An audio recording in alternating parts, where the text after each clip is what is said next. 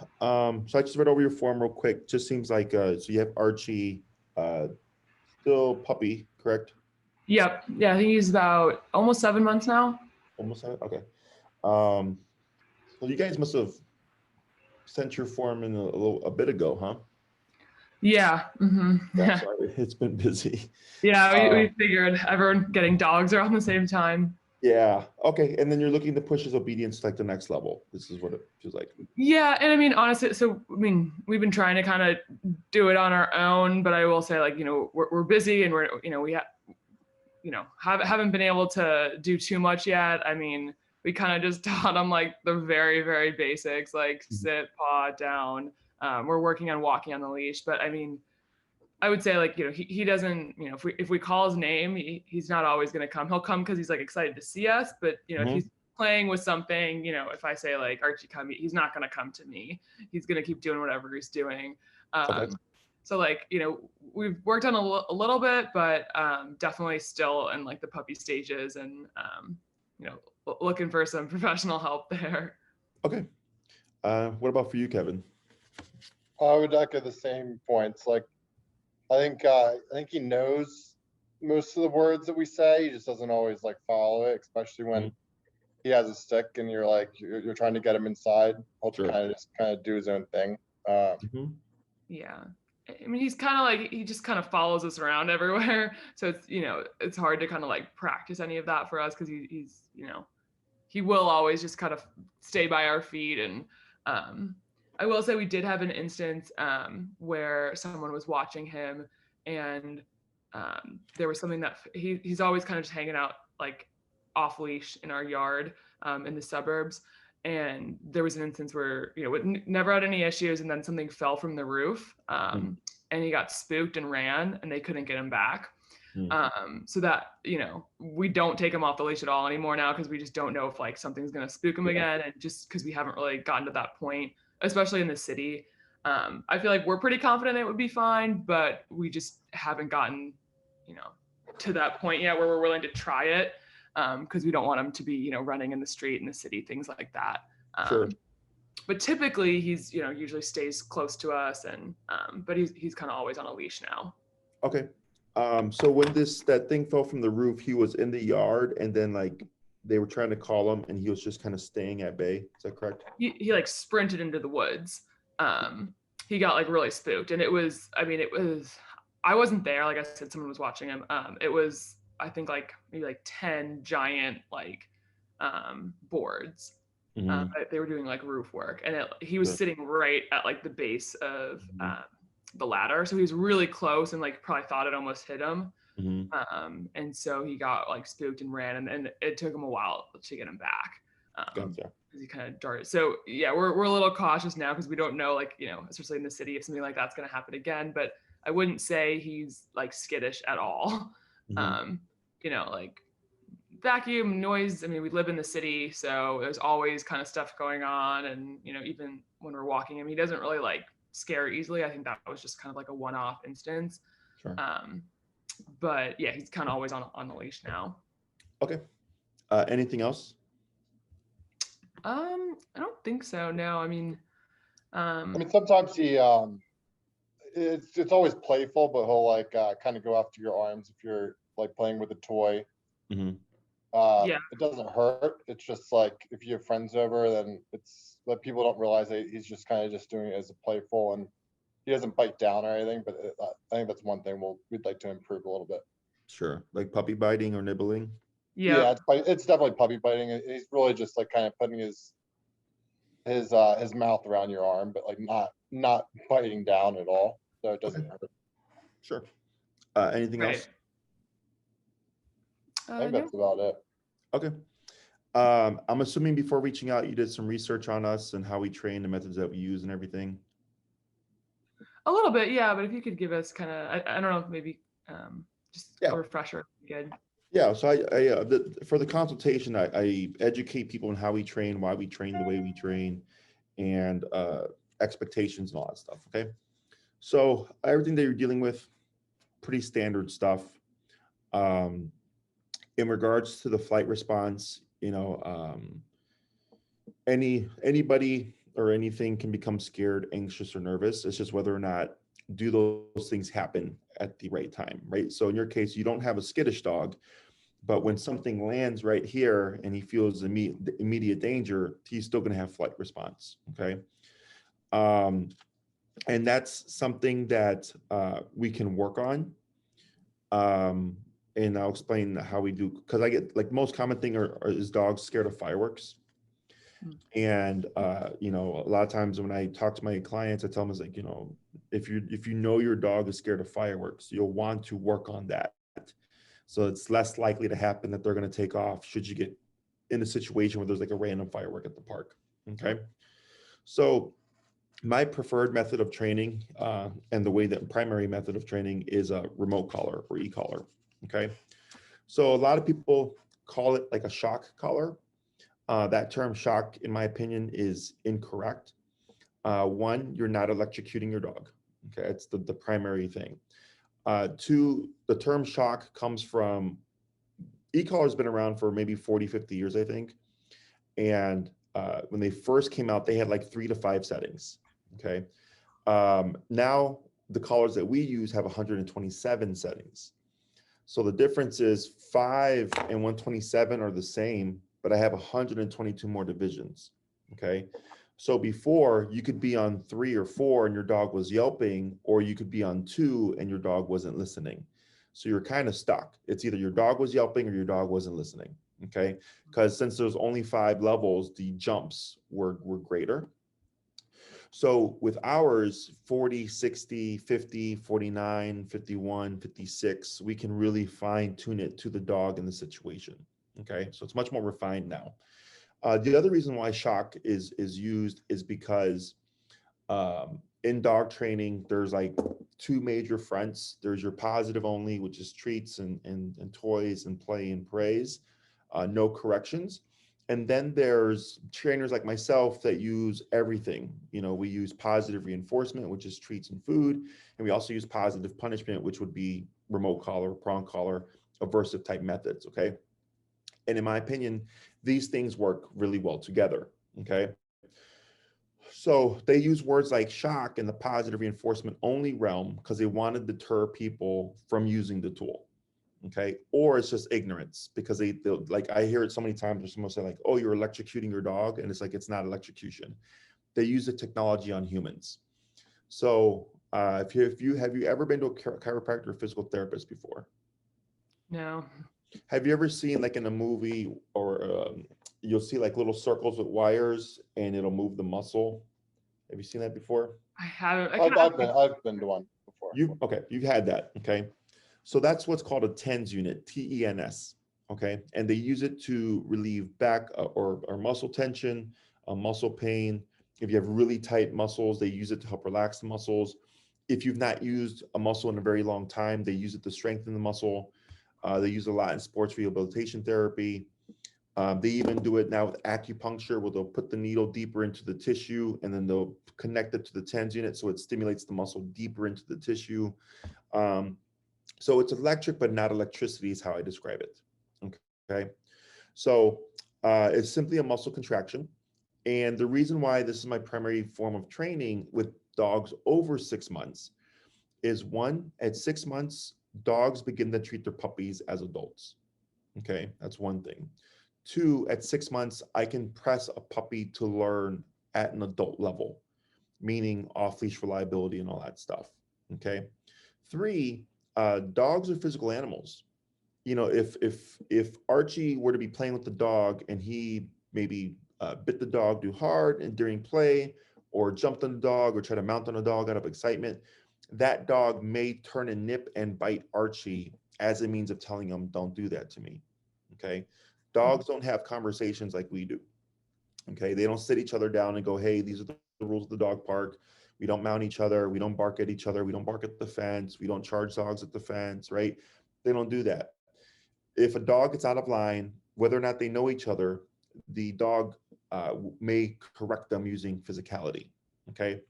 And lastly, right off the bat with remote collar, I get off-leash control. Okay. On or off leash, it doesn't matter because I have a means of communicating with my dog. Okay. So I had a client, or have a client, they had their first class, and their dog was both human and dog reactive, meaning she would lunge and bark at humans and dogs. Okay. We did one class on e-collar, and then I didn't see him for 2 weeks because our schedules didn't line up or something. And when I saw him for the second class, they were at the park with their dog off leash because it was empty. It was like 6, 7 o'clock in the morning, and their like arch nemesis dog like came into the park and started charging their dog, and then their dog started charging the other dog, right? And on the fly, they were able to use the collar, stop their dog, and get their dog to return, and they stopped the other dog. Okay. And we had only done one class. So, and this is not the first time that's happened. It's happened to clients, throughout the years. It's rare, but it happens.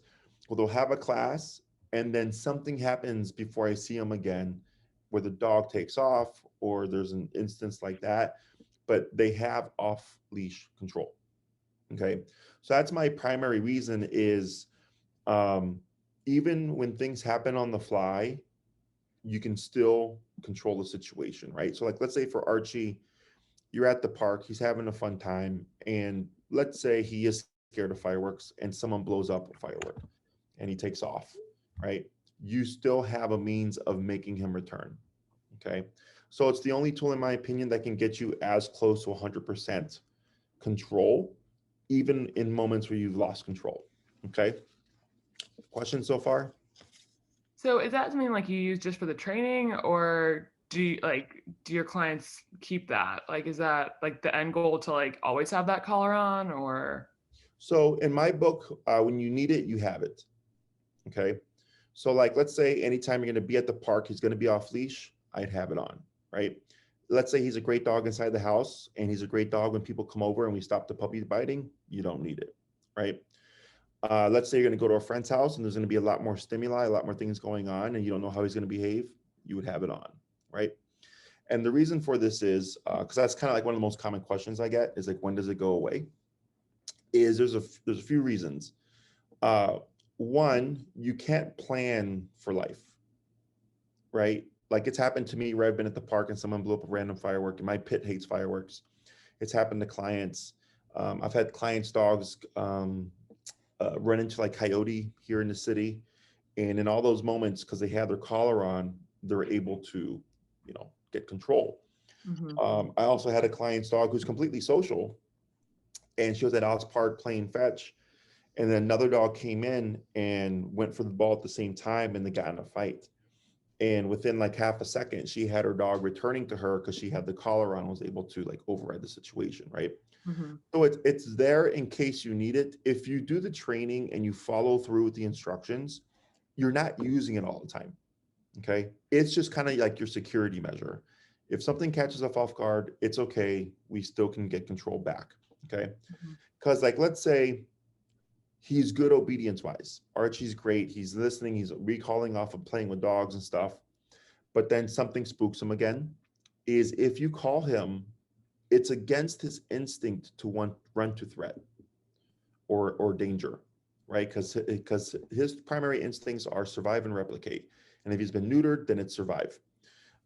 So if he hears a big boom or something spooks him, that's why it took a long time for them to get him to come back, because he had to like kind of like wait for like, is it okay, right?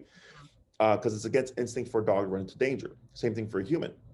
If there's a burning building and there's no incentive for you to go in the burning building, you wouldn't go in there, right? Mm-hmm. But if your dog was in there, or if like a relative was in there, or a child was in there, that's a little bit different, because now you have a motivator that's motivating you to go against your instinct of staying away from that danger.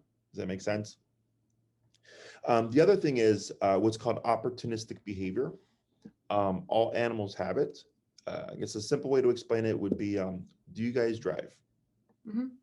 Do you Yep. go on the expressway? Yep. Yeah. Do you go the speed limit? No. Right. Not always. Not always, right? Most people don't go the speed limit, right? But if you see a squad car, what happens? I go to the speed limit. Right. And then once you pass the cop, what happens? Speed back up. Yep. So that's opportunistic behavior. Okay. It's part of survival instinct. So it's essentially when there's no threat, and you can get away with something, you'll try it, right? So the most common case would be for humans, speeding on the expressway. In the animal world, if there's a pond of water, and let's say there's like an alligator in the water, and the animals know they will not drink the water. But if they see the alligator leave, you would see all the animals come in and drink. And when the alligator would come back, you would see all the animals disperse. Okay. That's opportunistic behavior. So I like to think of the e-collar as a cop on a collar. When it's present, he's going to know that there's threat of consequence, that you can reinforce things. He's going to be much more obedient, much more compliant. But as soon as you remove it, he's going to press the boundaries potentially. Okay. And you also have to factor in external stimuli.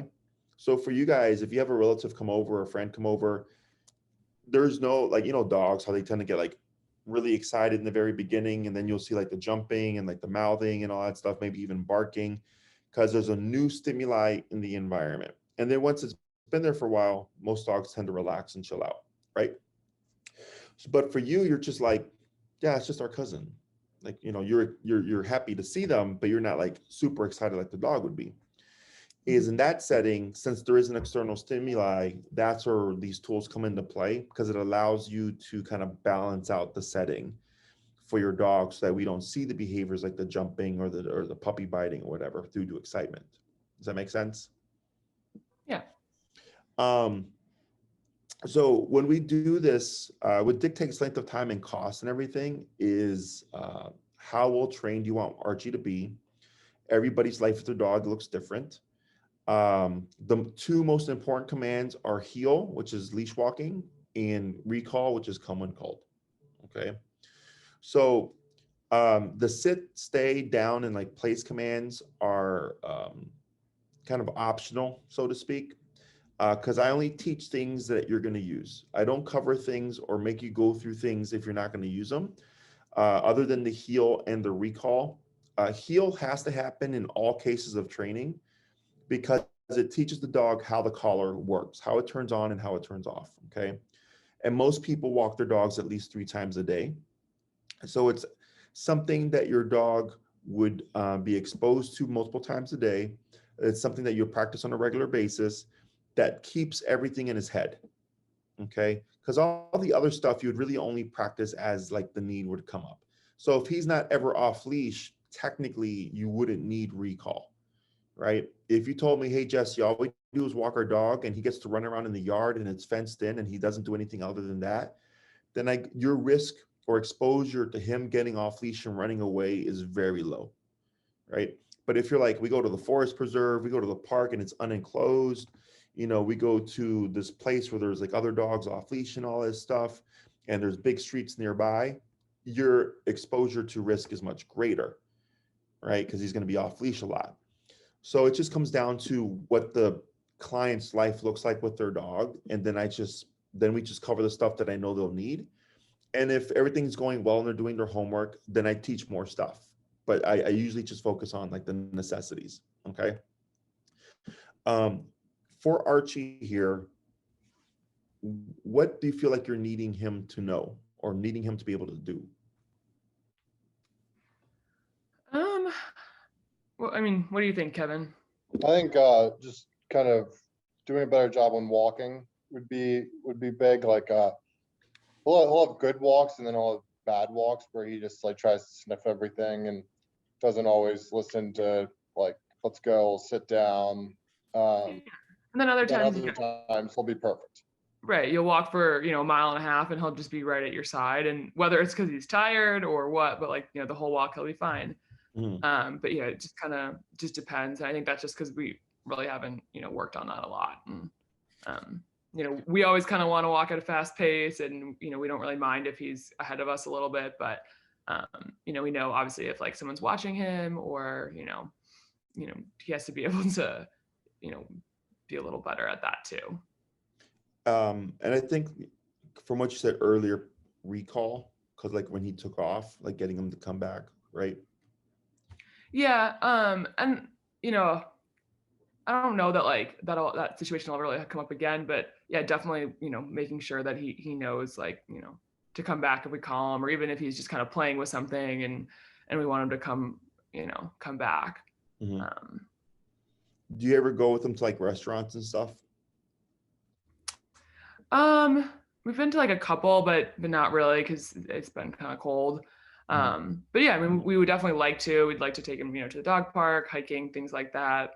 In the past, both of our dogs have been, off leash and, fine. And I mean, every time we come to the suburbs, which is probably like 2-3 times a month. I mean, he's always off leash, always comes when we call him. He's very social. Has probably met like over 100 dogs. Our aunt owns a vet clinic, so he's kind of always exposed to that and around all of their dogs and Mhm. hanging out there. So, definitely not, he's very friendly, not afraid of like people or anything. There's always people coming in out of our house, and we never have an issue. Like you said, he's still a puppy. He gets excited when he sees them. But then he'll kind of like eventually, once he's done kind of saying hi, he'll kind of go lay down and chill. So not really any concerns there. Okay. So I have 3, 6, 9, and 12-week programs.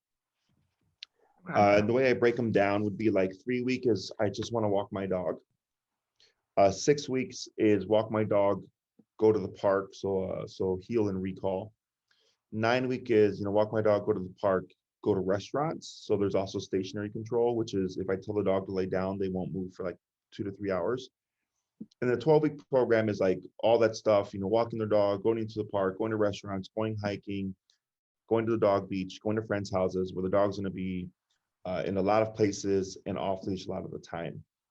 Okay. So Okay. I kind of feel like you're in the 6 to 9 class range. Okay. Because the biggest variable in dog training is always behavior. If I'm dealing with a reactive dog, am I dealing with a fearful dog, an anxious dog, a nervous dog, all that stuff? That's what makes things a little bit trickier. But in most cases, it's pretty standard. I've been doing this for 10 plus years now. So I know what I can get done obedience wise within a time frame. Okay. And this is of course pending the owner always does her homework. Mm-hmm. So with the 6 classes, the way it breaks down is heel is the first thing that we teach. And that typically takes 2 classes. Okay.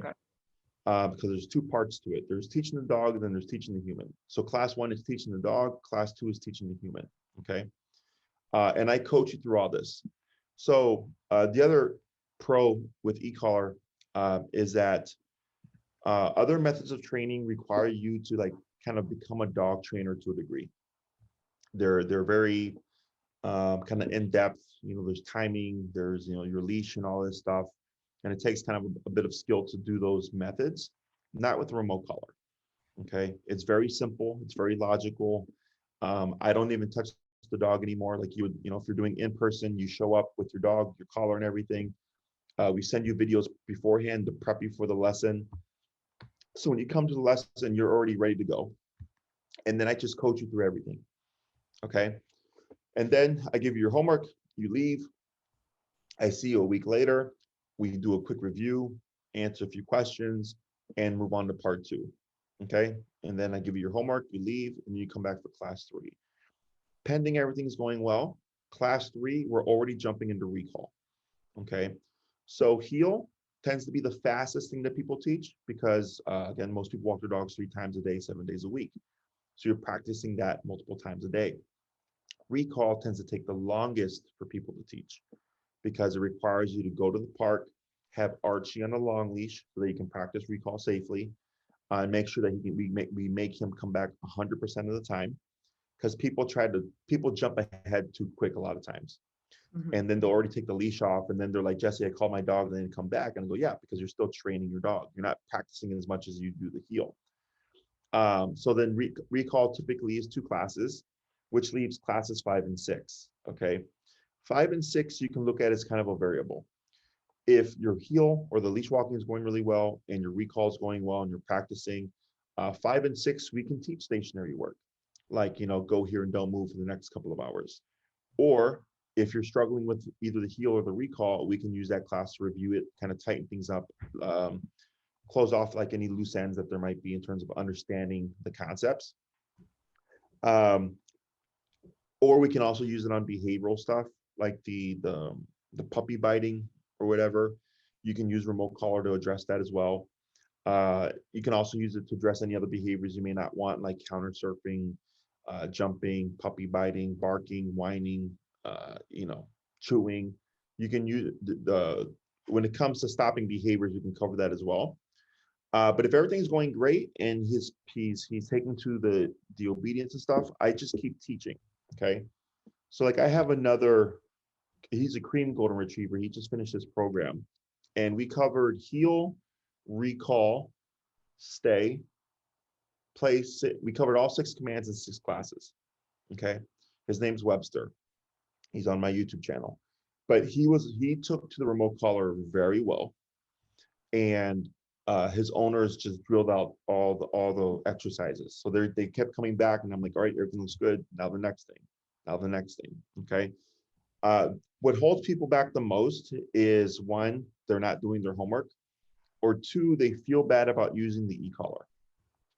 Okay, so they're not like, let's say, so Webster is a good example, because Webster's number, I believe on the first lesson, was like 85 on 127. Okay, very social golden retriever, very friendly, good temperament, but he was just very physically tough. Okay, so sweetness of personality does not dictate resiliency to physicality. Okay, and that's something that people don't. They're like, oh, but he's so sweet. I'm like, but it doesn't mean he's not tough. So had they not been comfortable with going to 85 just to get him to walk, and he wasn't yelping, he just needed 85. Anything below that, he would pull and be all over the place. So if they weren't willing to operate at that number, they would have not gotten as much progress with Webster as they did. Does that make sense? Mm-hmm. Yeah. Questions about any of this stuff so far? I don't think so, no. So for Archie, I would put you at minimum at the 6 classes. People are usually surprised why it's so short and stuff. Is this because of the way that we train? I train in the way that the dog understands and the human can understand. And again, it's just very much common sense based. And we train for reality. Sit, stay, down, come, place, heel, 6 commands. They're all meant to be functional. Okay. So if you say heel and you're walking with Archie, you can walk through a PetSmart, through a farmer's market, through a crowd of dogs, anywhere, and he's at your hip. Recall, whether he's playing with dogs or like he just met his favorite person or he's running away from a firework, it's meant to be functional. Same thing with the stationary commands. If you say down means lay down until I give you permission to get up. So it could be 30 minutes or it can be 3 hours. It all just depends on how much work did you put into Archie's obedience. The next thing is, once we train stuff, I just tell people start applying it to your life. Training sessions, we use training sessions to teach things for sure and to improve things, but really it's the application of the obedience that makes it functional. Whereas most people tend to do training sessions in the home, and then 3 weeks later, they come into a situation where they need the obedience to work, and then they're trying to use it, and the dog's not listening because it's not a training session. Okay. Mm-hmm. So all those commands are meant to be functional. And like when you mentioned, I think earlier with food, was it that if you didn't have it, you wouldn't do it? Is that correct? No, he's not really food motivated. Okay. Yeah, I mean, like kind of, but not that much. I mean, he. Sure. And with the way we don't need food. We most of my clients are trained with their dogs are trained on solely remote. We can incorporate food for sure, just as a simple like, hey, good job for doing that. But it's not a necessity in order to get the functional obedience. Okay. Okay. Other questions? No, I don't think I have any. If we do the 6-week one, can you add on to that at the end, or? You can, but it wouldn't be prorated. So to break that down is like, if you do 6 and then 6, right? That would be 1,000, then 1,000, so 2,000.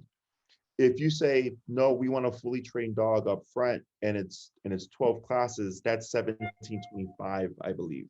So you save like 275 Okay. because you're committing right up front. The other thing would be the way my scheduling works is, let's say you do 6 and you find the time with Maria that works well for everybody. And you go, we want the 6-week program for 6 weeks plus 1. Let's say, what's the Tuesday? Let's say Tuesday at 10 o'clock was available and you guys were available, right?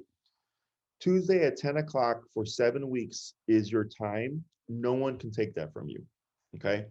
But let's say you have to cancel or you reschedule and you hit the end of the 7 weeks, but you have 2 classes left over.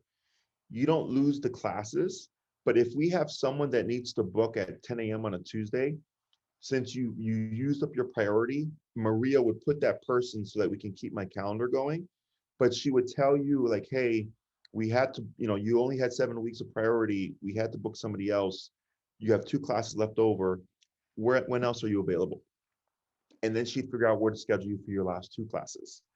So then if you do 6 and decide that you want to do another 6, and she's already booked that time after you, you might have to either go to a different time or you might have to wait until that person is done and then she would place your second 6 after their program.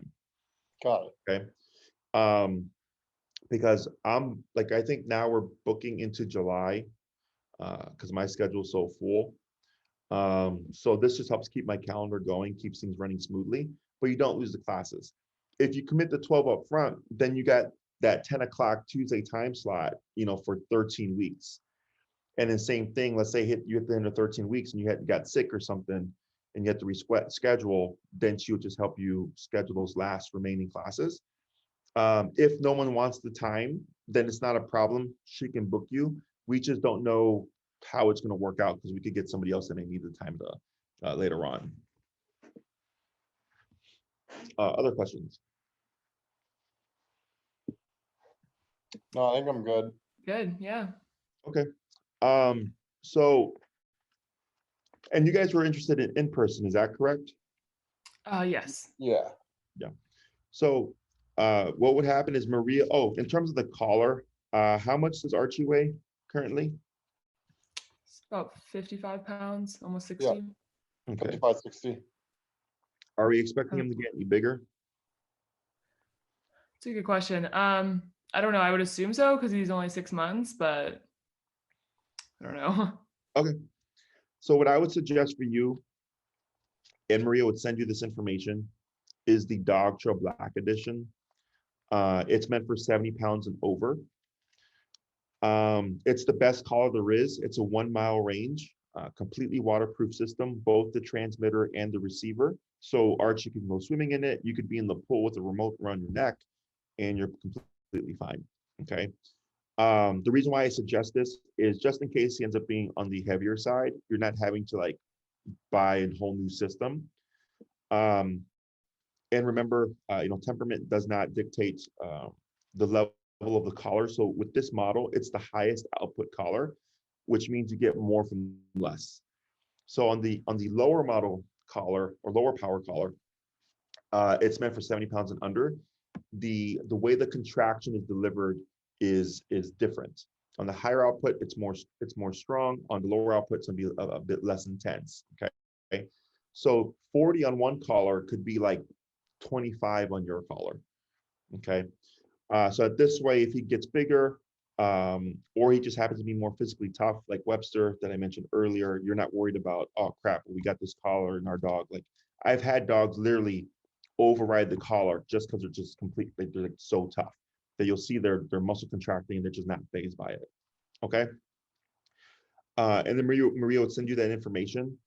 And then when it comes to the booking process, it's like a constant cycling line because she has to book the consultation, then she's booking people now for onboarding and other consultations. So once you're back in line for booking, or if you email her and say, hey Maria, we're interested in the 6 week, and she just kind of puts you in the queue.